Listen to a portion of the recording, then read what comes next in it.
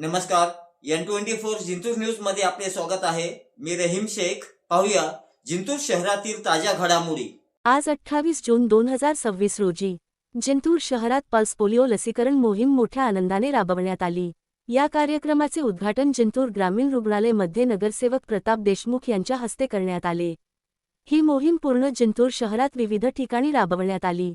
यावेळी Parihar madam, incharge Sujata Naik, Nandkishor Landge, doctor Deshmukh, doctor Rathod, सेवक सलमान शेख, पालवे इत्यादी उपस्थित होते. पाहूया आपण ही रिपोर्ट. बातमी आवडल्यास लाईक शेअर कमेंट करा.